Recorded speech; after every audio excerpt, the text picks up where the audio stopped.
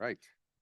Well, thank you very much, Jeremy. Thank you to APAS for the invitation to be here with you. It's always great to get out of the Ottawa bubble for a few days and connect with the people that actually benefit from the technologies that our members provide. Um, so today I'm going to cover a few things related to what we're focused on, a couple of domestic issues, and some trade realities that I think are important for the folks in the room as well. But again, thanks to APAS for the invitation.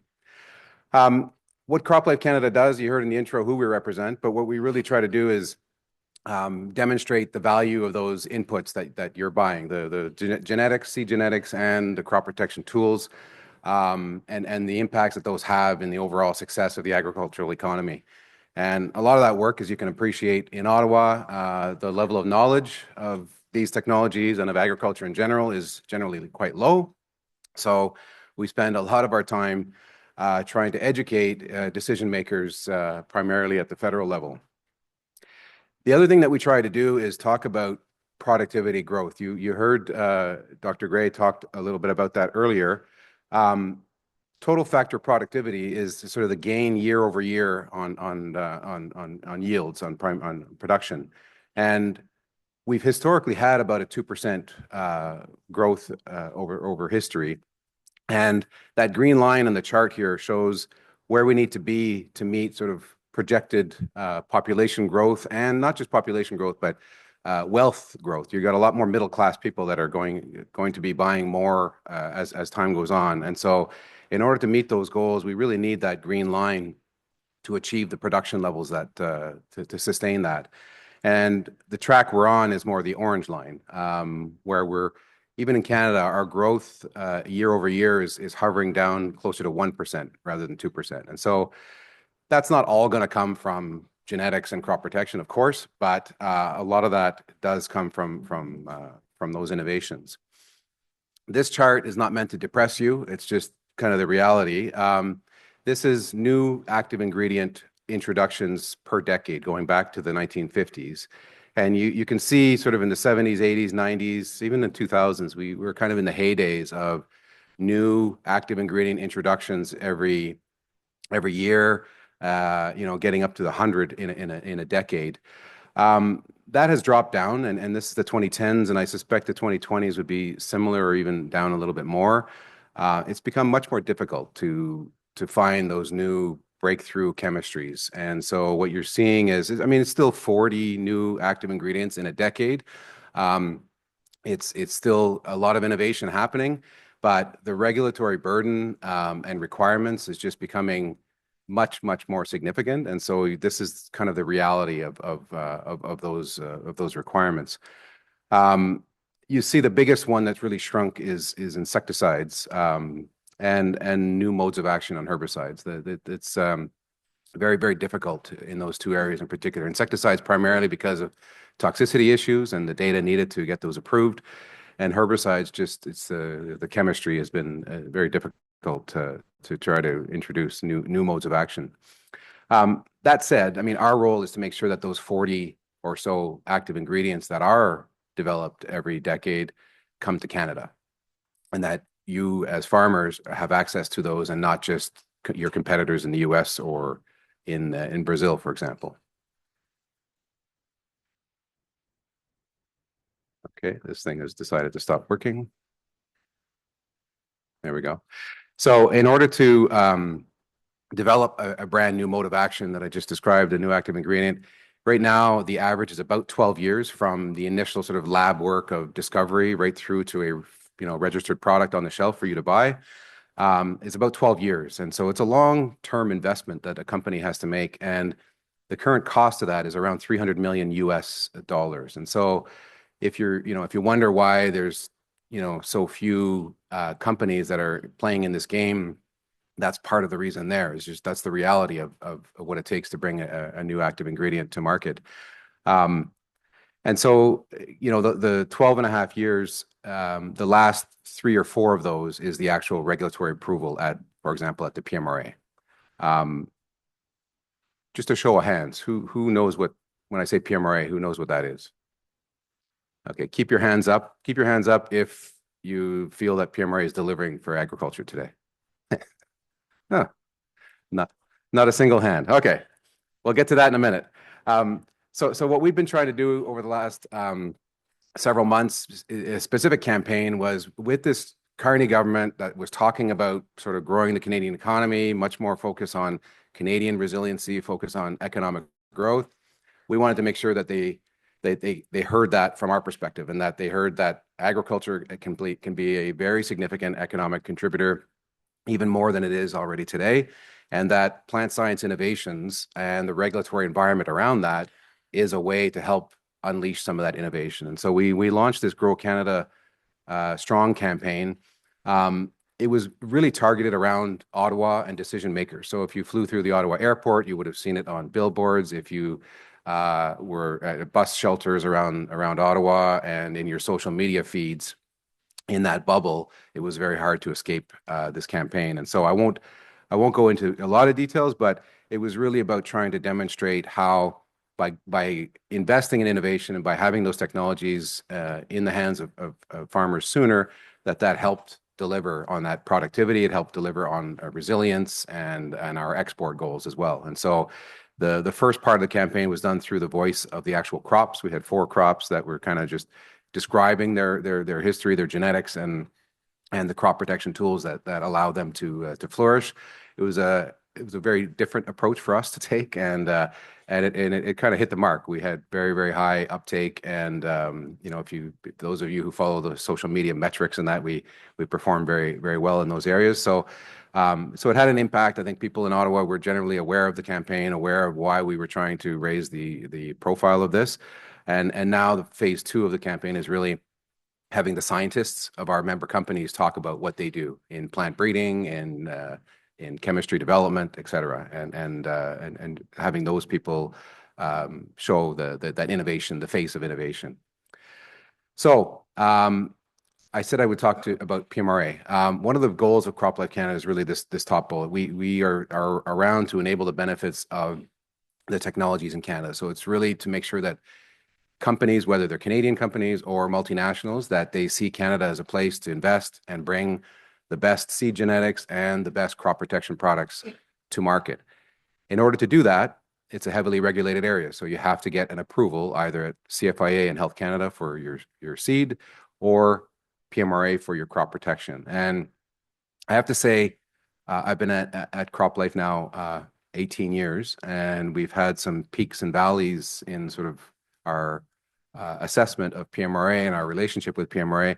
I say we're coming off of one of those pretty deep valleys. The last 5 years in particular, the agency has been really focused on NGO style issues and trying to respond to those. And it has been a very difficult period of, I liken it to, we've been playing defense for the last 5 years, trying to avoid more bad policies, and no energy spent on trying to actually improve things and be more efficient and more effective. And so now, I'd say the last year, and in particular the last 6 months, that conversation has changed dramatically. Now, I'm not here to say that everything's rosy in Ottawa and the new government is fantastic, but in terms of the mindset shift that we're seeing, and for the first time in my career, we've got a health minister, so PMRA reports to health. We've got a health minister who isn't sort of punting us to, well, go talk to ag, and then ag says, well, that's not my department. I can't do anything. And you're just kind of in this, no man's land. We have a health minister that actually sees her role in the ag economy and sees her role in reforming PMRA and making things better as her responsibility. And so we've been having very constructive discussions with her in her office, much to the chagrin of some people at PMRA, but including on a mandate reform. So changing the legislation that PMRA works under to include more of an economic lens and more of a growth food security lens, in addition to protecting health and the environment. And this is something that we hope to get across the finish line in the next several months, a legislative change. And so we've talked, we've heard a lot of conversation about moving PMRA to agriculture. That could potentially be a future goal, but to us, changing the mandate is much more critical than who they report to. And so if we can get this across the finish line, this will be a very, very significant and positive development, we think, for the long term at Pierre Moray. So stay tuned for more information on that. And we will be asking for support from APAS and other groups to lend their name and support to some of these asks as we get close to the finish line here. The other part that we're working on is that, you know, they've been missing their performance targets, their own mandated performance targets for new technologies, and so we're not the big market. Canada represents about 4% of crop protection globally, and so we've got to be at least as good as the big markets like the US and Brazil, and right now we're not. And so we've you know, they're supposed to be 2-year performance targets for a new product. It's taking them 4, 5, and 6 years in some cases. And so my concern is that a company will then, on the next new active ingredient, just avoid Canada altogether, right? And then you guys don't get the technology and we fall further behind. So we really are stressing to get them back on performance. And again, with the minister's support, we've got a plan to get them there. And then the other part is really looking at things differently. It's not just, you know, the same approach as has always been done. Some of you, if you followed the announcement on drones, kind of long anticipated approach that Pierre Moray is proposing to sort of do things a little bit differently. And to them, it's a big stretch. To you, it might seem obvious, but to them, it's a big stretch. And we want them to be thinking more like that. How can we be more pragmatic and get tools in the hands of farmers quicker? And so some of it is how they do their reevaluation of older products. Some of it is using foreign reviews. If a product's been approved in another trusted jurisdiction like the US or Australia, how can we speed up that approval? So those are the things that we're really focused on. We've got our team in Ottawa really trying to drive this while we've got this window. We don't know how long this window will stay open, so we want to drive these reforms through very quickly here. So I would say just on Pierre Moray, I know all the hands went down. I think next time, maybe next year when I'm back here, we can maybe put our hands halfway up because I think we're hoping to get some good changes here. The other part is it's one thing to get the technologies approved and in the hands of Canadian farmers, but if you then create a trade issue when you try to export it, well, then we haven't really gained anything, have we? So a lot of the other part of our team in Ottawa works on is the back end, is the trade environment. And so maximum residue levels for crop protection, detectable levels of biotech traits, and making sure that our major export markets have approvals for those and so that they can be safely traded. I don't have to tell any of you, we've had issues with basically every jurisdiction in the world, India, China, EU, using them sometimes as non-tariff barriers to protect their own production, but sometimes it's just that the rules are different and they have not approved them. And so a lot of the work we do is through international fora, direct engagement with certain countries, trying to make sure that there's some recognition of Canada's approval process. The one area that I would want to flag with you today is the first bullet there, the EU mirror clause. If you haven't heard about it, you definitely will in the coming months. This is the EU basically through an omnibus bill trying to say that if they have no longer access to an active ingredient for whatever reason, they banned it for whatever reason, that the MRLs should basically go to zero. So meaning that if their farmers can't have this technology, then why are we importing produce from farmers who have still access to that technology? And it has a lot of popularity in Europe. The European farmers are staunchly behind this proposal because they feel it's an unlevel playing field. If you ask them, of course, they would rather just have the tools back. But if they can't have the tools back, they don't want to be competing with Brazil and Canada and others that are importing those products. And so this is a very, very dangerous slope to go down because MRLs were never designed for this. They were designed for a health assessment for your population. And it's clear that the MRLs are not a health issue for their population. It's basically a competition issue. And if this were to gain traction, you can imagine every jurisdiction starting to do this, you would end up with, you know, just a handful of products that are actually approved for use in all these jurisdictions. And so, you know, your insect problem here in Western Canada, you may not be able to solve it with tools that are readily available and registered and deemed safe in Canada because of a trade issue that might arise with the EU. So we're working hard with other like-minded countries, with our mission in Brussels to push back on this and to raise it at the WTO as well, and to get the Canadian government to be standing up firmly. And so again, we may be asking for support from farmer base and associations to make sure that the Canadian government stands up for agriculture and for farmers, and to make sure that they have access to tools moving forward, and not let Brussels decide what you guys can use on your farm.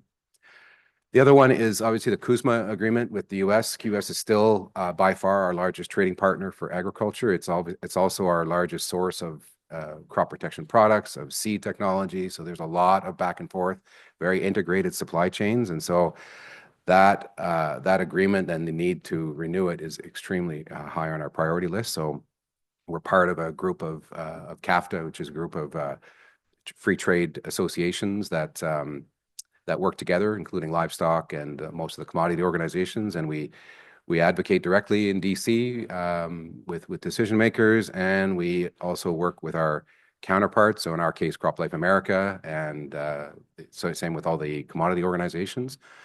I'd say the one newish development there and positive one is that the agriculture groups came together last fall with a letter, over 100 signatories, extolling the benefits of the CUSMA and the need to renew it for 16 years. And so this was an area that we were concerned about because, as you know, many groups were afraid to speak up, in the current climate down there. But these groups that included, all the major ag commodities in the U.S. have stood up and said, we need this agreement. So we're hoping that has some influence and some pressure on the White House and in the negotiations moving forward. Then the last part there is National Food Security Strategy. This was announced very recently by the government. We're still trying to really figure out what it means, but in the meantime, we're trying to remind them that food security, whether it's Canadian food security or global food security as a major food exporter, it has to include some of the things I just talked about. It has to include fair rules for trade. It has to include a regulatory structure that invites innovation here in Canada and investment here. So on the, I think this is my last slide. I've left plenty of time for questions. In our view for the next policy framework, I think it should actually be a policy.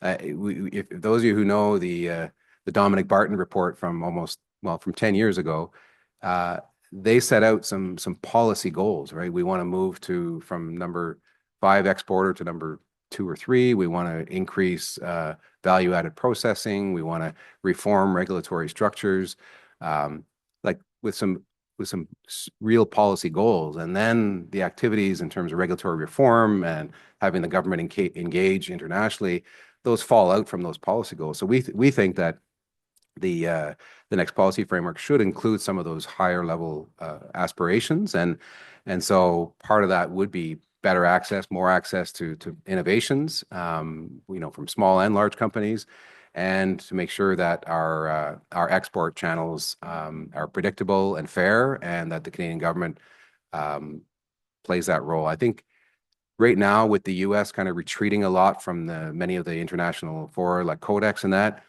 a lot of eyes are turning to Canada to kind of fill that void. And so again, we want the Canadian government to take up that mantle, to take up that leadership position, and to make sure that as a highly trade dependent nation, that we play our role in those fora to make sure that the rules are understandable and as clear as possible. So I think I stopped there. I figured there might be a few questions on any of the things that I talked about, but I'll open it up to questions.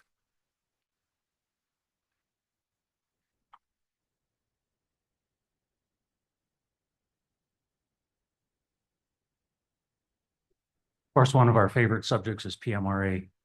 I'm just wondering about a few years ago, there was a big rush on own-use import permits.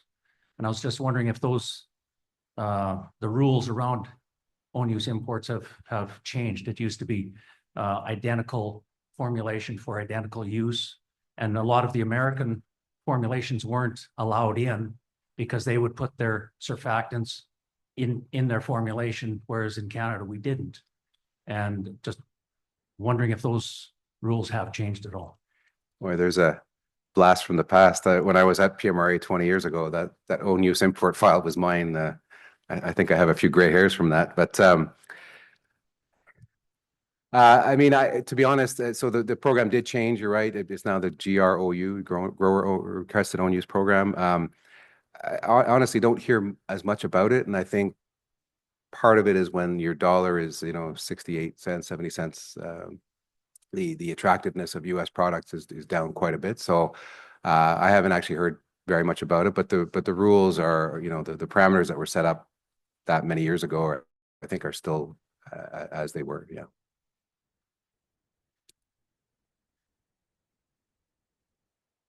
Now's your chance. Multinational companies, any here we go, another one. Jim Robbins, Sask Organics and the Organic Federation of Canada. As you're and not so much associated with a multinational. My question is, there needs to be space allowed for organics in Canada. We don't use herbicides, insecticides. I'm just wondering if CropLife Canada keeps that in mind when it pushes on the regulatory front. Organic in Canada, retail, $10.5 billion industry, we're not insignificant. And we do need to follow the international rules. Our trade internationally depends on our rules meshing with EU, US rules. And we need protections from drift, for example. Yeah, fair. And I think, when I look at the crop protection products that are permitted in organics, most of those are also sold by our members. So it's not as if we differentiate. There's many of our members that have quite a portfolio of products that are allowed in organic production. I think where we have an issue is when that becomes a barrier to innovation. And we saw a bit of that on the gene editing file where that industry, I'm not pointing out your group in particular, but that industry became quite vocal and delayed sort of the guidance on that technology by about 3 years because of what I would characterize as unfounded fears and unfounded allegations. So I think there's a long history of coexistence in organic and innovation, and I think there's learnings from the organic sector for conventional agriculture.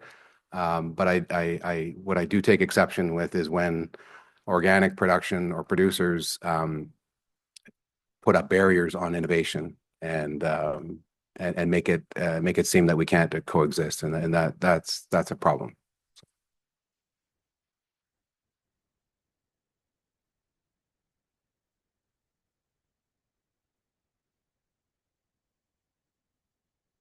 Anything else? Okay. Well, thanks very much for the opportunity. I'll be around for a while.